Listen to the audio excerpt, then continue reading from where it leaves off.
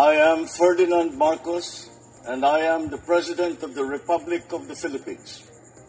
I stand today on behalf of 110 million Filipinos. Magandang umaga sa inyong lahat. Tinawag ko kayong lahat ngayong umaga dahil may nagpaalala sa akin na tatlong buwan na ang nakalipas mula nung aking SONA na ating sinimulaan ang pag-imbestiga tungkol sa mga anomalous na flood control project.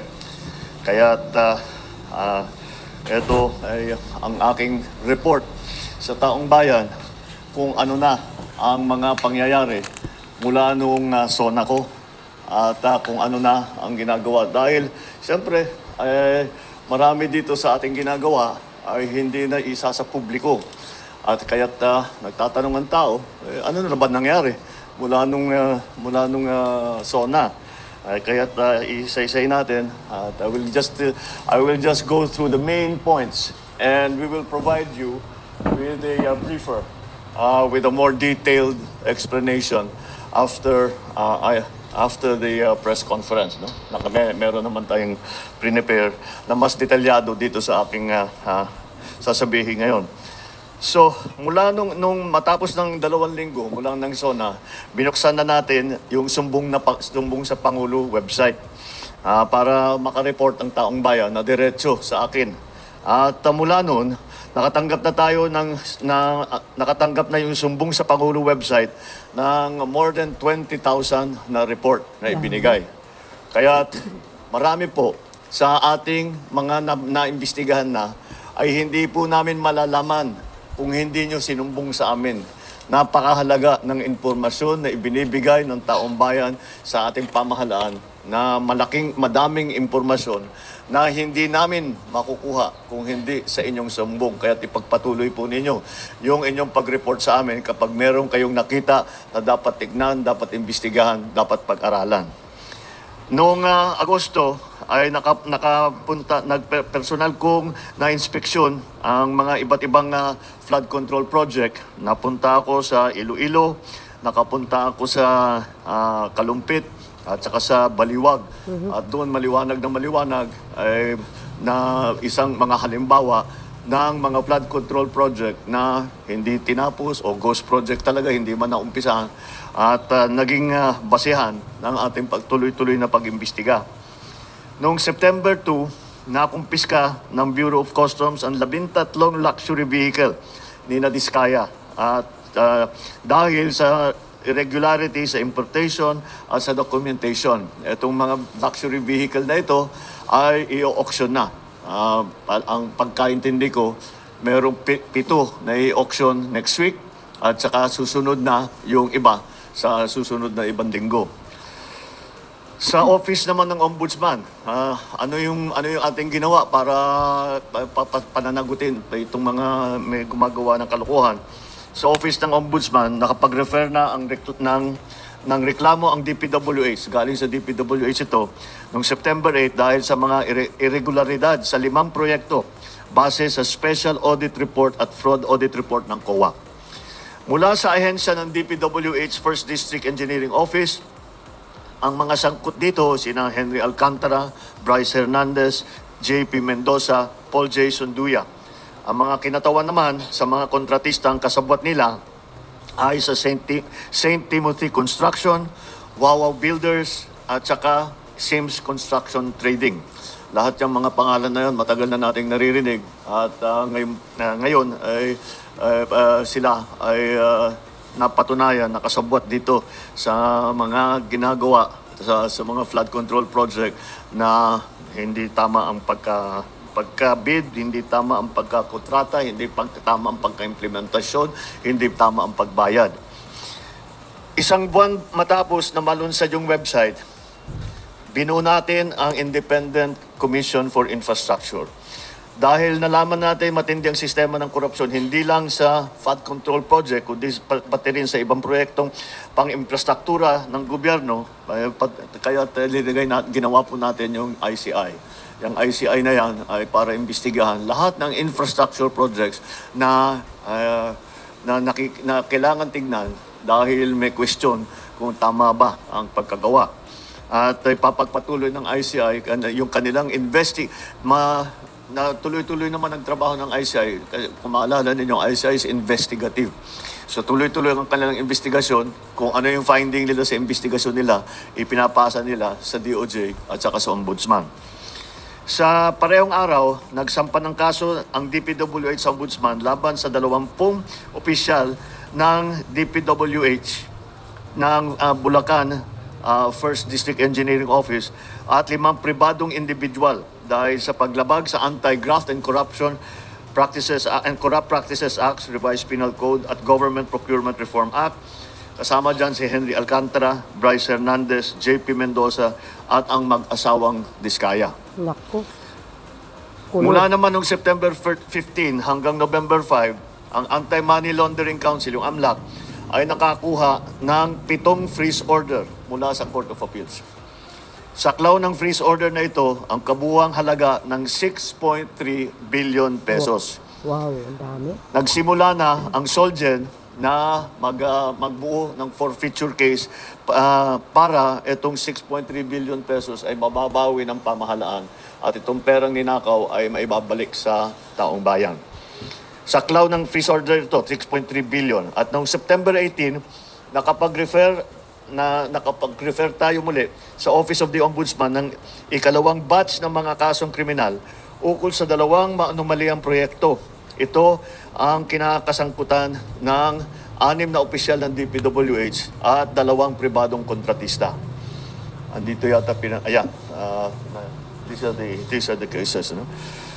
Mula naman noong September 29 hanggang November 6, nagsumiti na ang ICI sa Office of the Ombudsman ng criminal at administrative cases laban sa 37 individual na konektado sa mga maanomaliang FCPs. Kabilang dito mga kasong graft and corruption, malversation, falsification, plunder, paglabag sa Code of Conduct for Public Officers. Samantala, nag-submit din ang DPWH sa Philippine Competition Commission ang 12 kaso ng bid manipulation at bid rigging noong October 3. Kinasasangkutan ng 6 na pribadong kumpanya. Dito pa lang sa mga kasong ito, makakabawi tayo ng 3 hanggang 5 bilyong piso ang penalty na pag sinama-sama natin lahat ng penalty ng lahat ng kaso ng mga bid rigging so far, baka meron pang idadagdag dyan, sa kasalukuyan pa lang yan, ay makakabawi tayo ng 3 to 5 billion pesos in terms of fines. Dami. Nito namang October 23, nagsampa ng kasong malversation at paglabag sa Anti-Graft and Corrupt Practices Act ang DPWH laban sa 21 opisyal ng DPWH La Union 2nd District Engineering Office at Davao Occidental District Engineering Office at 4 na pribadong individual. Moises Tabukol ng Silver Wolves Construction Corporation, Alvin Diego ng Silver Wolves Construction Corporation, Maria Roma Angeline Rimando ng St. Timothy Construction Corporation, Cesara Rowena Diskaya ng St. Timothy Construction Corporation. Agree. Ang sabi ni Ombudsman Remulla ay meron ding person of interest in the person of Congressman Eric Yap na dating Committee on Appropriations Chairman mula 2019 hanggang 2022. Ala kayo. Nito namang November, sinampahan ng DPWH ang 6 na kumpanyang ito na 3 kaso ng bid manipulation at bid rigging. Mula naman November 16, nagsampa naman ng Bureau of Internal Revenue, ang BIR natin, ng 10 kaso sa DOJ laban sa mga opisyal ng DPWH at mga kontraktor. Umaabot sa 8.86 billion pesos ang kanilang tax liabilities. Itong mga tax na ang buwis na hindi nila binayaran at nakita ng BIR upon investigation. At ngayon, nakasuhan ngayon sila upang mabawi ang kanilang utang sa gobyerno dahil sa buwis na hindi nila ibinayad. At siyempre may mga multa yan dahil sila hindi nagbayad. Ito ay tax liabilities na sangkot sa mga kasong tax evasion at failure to file accurate information. Tinutukan din ng administrasyon ang mga reforma para sa mga ahensya upang matiyak na magagampanan nila ang kanilang mga tungkulin at maiiwasan ang mga anomalya at irregularidad sa mga proyekto. Sa Public Works, sa DPWH, nagpatupad ng blacklisting mula sa mga kontrata ng gobyerno sa lahat ng kontratistang sangkot sa ghost or substandard na mga proyekto. Noong October 23, formal na nakipagtulungan ang ahensya sa AMLAC upang mabantayan at maibalik ang pondo ng bayan na nawala dahil sa korupsyon. Naglabas ito ng special issuance of the construction materials price data noong October 23. Layon nitong pababain ang mga presyo ng mga materyales para sa construction ng mga proyekto ng pamahalaan. Aabot sa 50% ang maibabawas sa presyo upang maiwasan ang overpricing. Dahil talagang titingnan natin, market price na. Hindi pwedeng ibahin o baguhin o masyadong malayo sa market price ang mga materyales na ginagamit dito sa mga flood control project at sa mga lahat ng infrastructure project.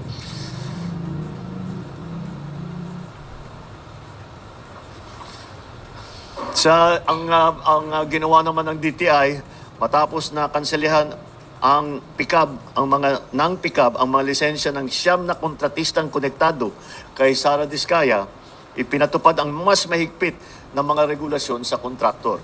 Unang-una, napakasimple at nakakapagtaka na ito ay pinabayaan at it was a very strange development na ito ay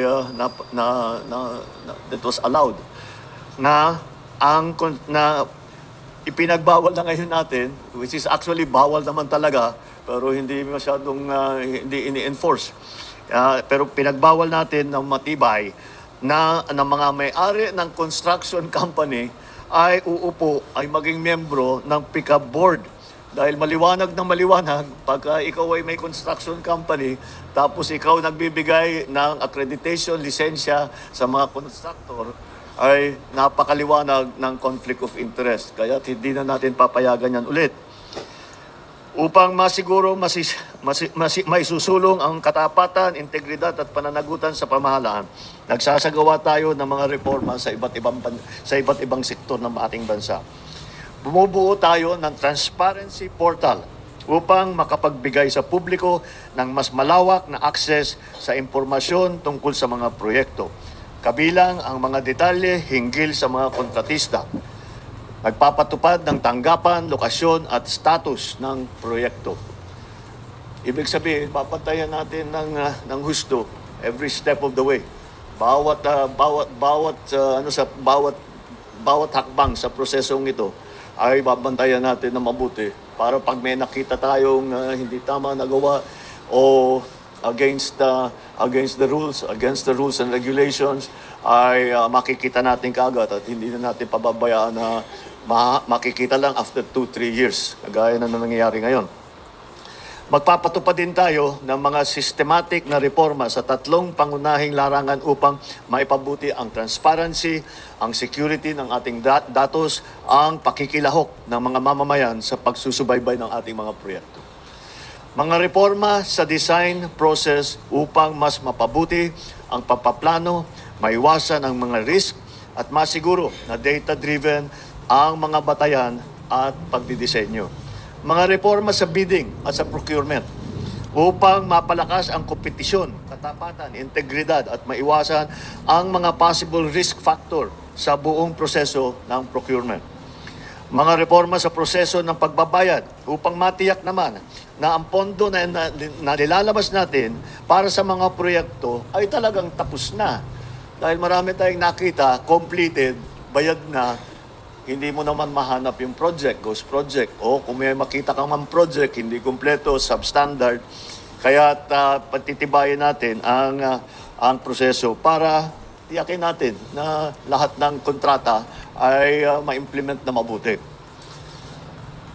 Mga reforma rin sa proseso ng pagbabayad para tiyakin natin. Yun ang ating mga gagawin. Meron tayong nakita na bagong smart technology na ginagamit na ang AI.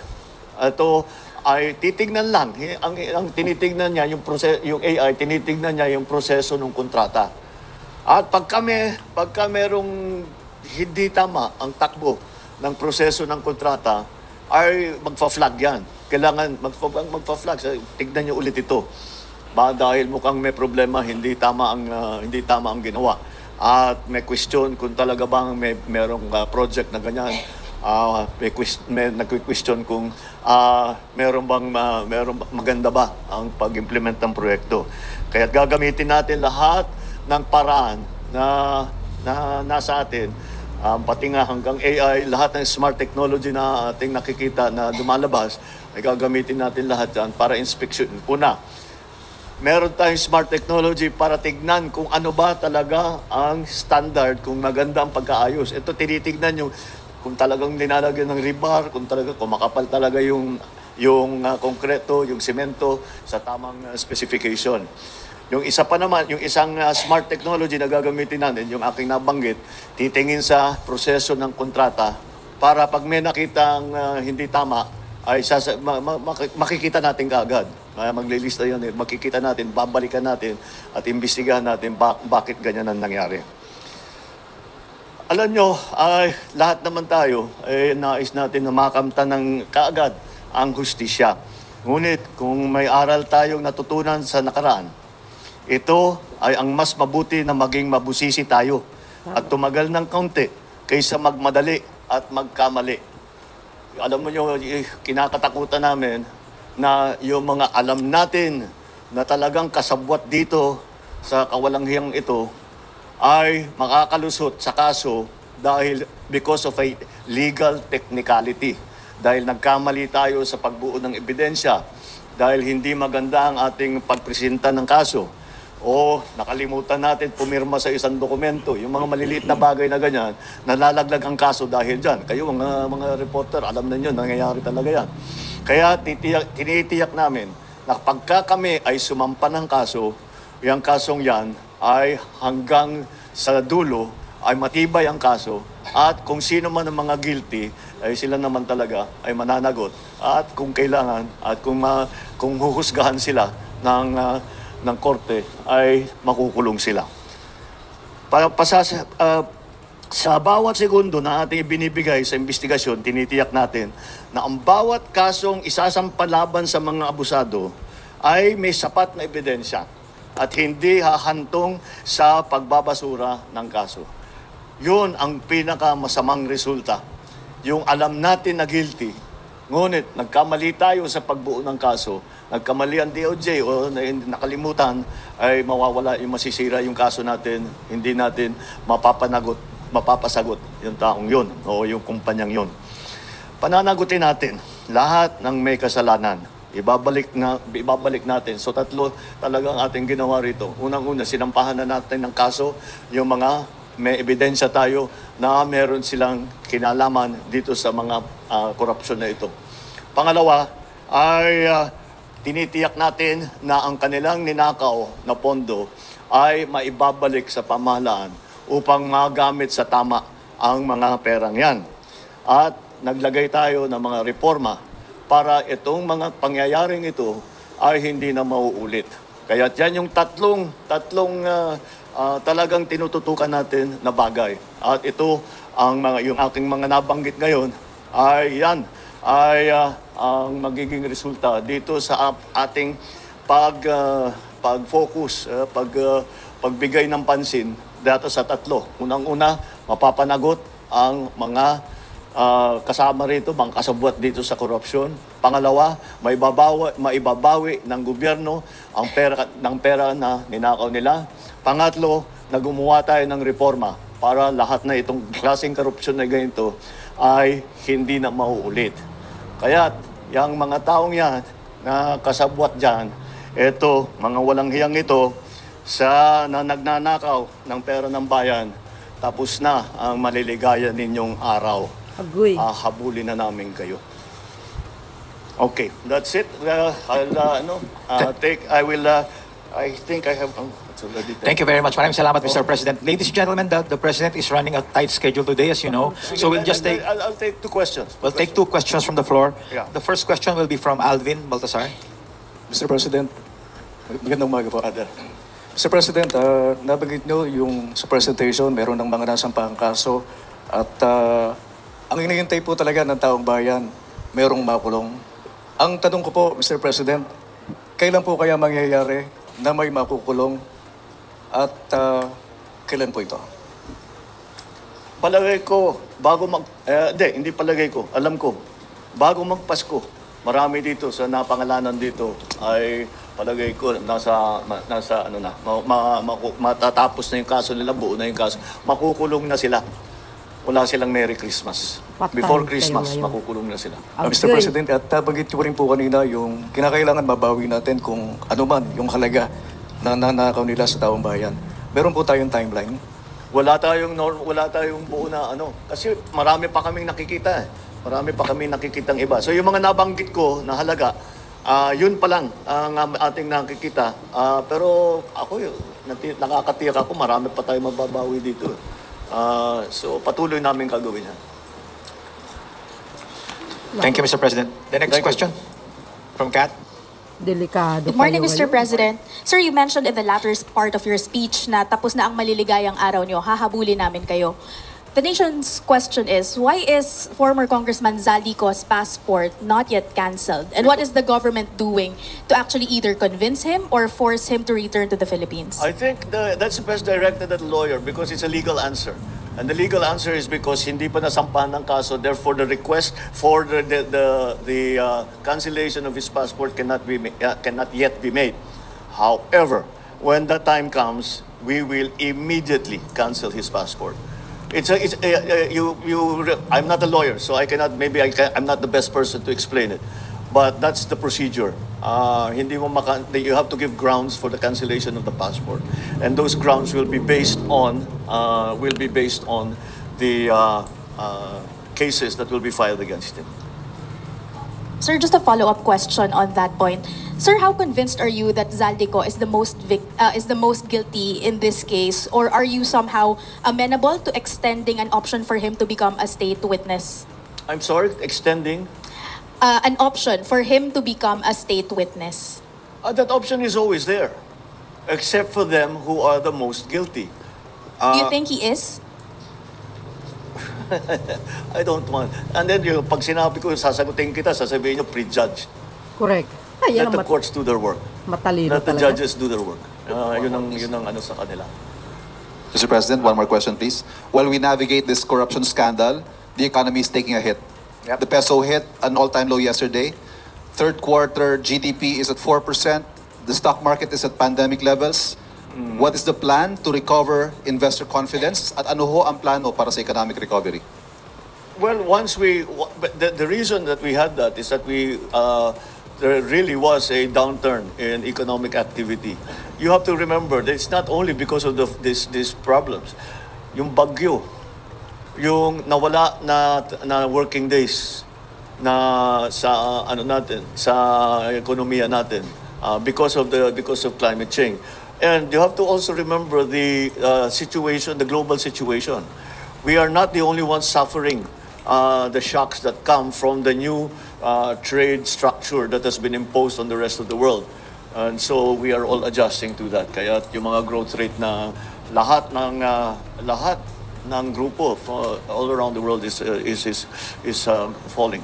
But marami tayong measures na ginawa because the public spending now will be increased, and to make sure that by the end of the year that the levels of public spending are according to our original plan.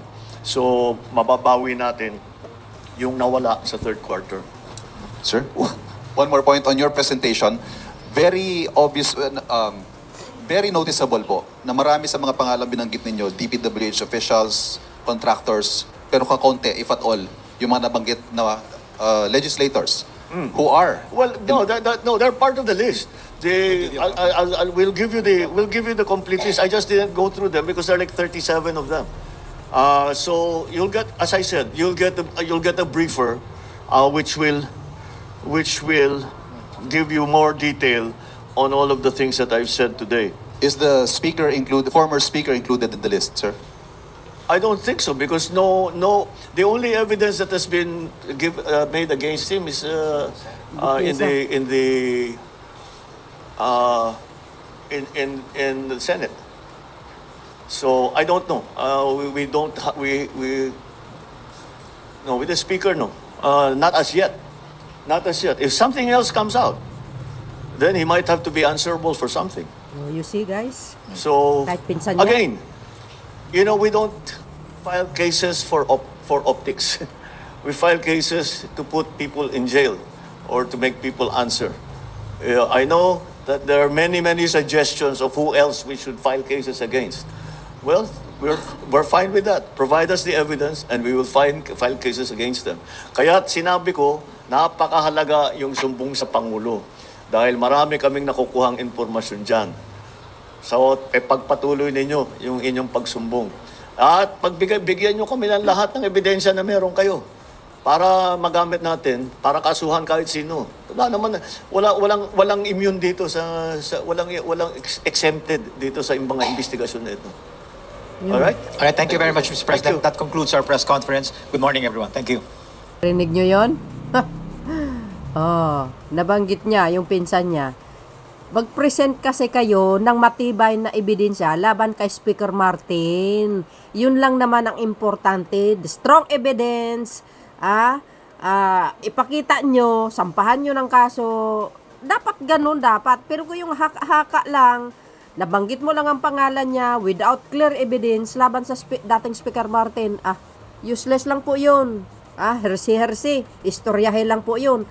Dahil talagang gusto nila targetin yun at sirain kasi nga pinsan niya. 'Di ba? You see, ang hinihiling lang is ebidensya. Kasi kung walang ebidensya, patay ang kaso. Yan ang pakatandaan nyo. So, yun mga kababayan, no? Malinaw na malinaw yung report ng ating mahal na Pangulo. Anong sabi niya? Magpapasko sa loob ng kulungan. Tapos na ang maliligayang araw nyo. Malinaw na malinaw yung report niya. Walang kulang, walang labis. So, yun mga kababayan. See you again on my next upload. Bye, bye, bye. And babush. God bless Philippines.